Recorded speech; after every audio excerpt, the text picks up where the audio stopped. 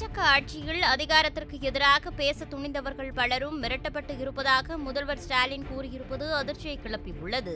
நேற்று மே 3ஆம் தேதி நாடு முழுவதும் பத்திரிகை தினம் கொண்டாடப்பட்டது.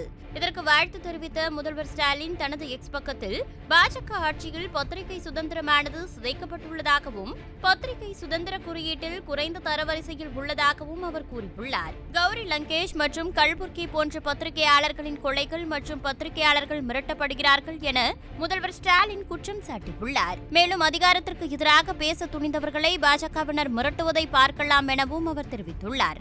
ஜனநாயகத்தில் பத்திரிகைகளின் பங்கை நாம் கொண்டாடும் போது சுதந்திரமான பேச்சுரிமையின் மதிப்புகளை நிலைநிறுத்துவதற்கும் பத்திரிகையாளர்கள் அச்சமின்றி அல்லது அடக்குமுறை தணிக்கையின்றி பணியாற்றுவதை உறுதி செய்வதற்கும் நமது உறுதிப்பாட்டை மீண்டும் உறுதிப்படுத்துவோம் என தெரிவித்துள்ளார்.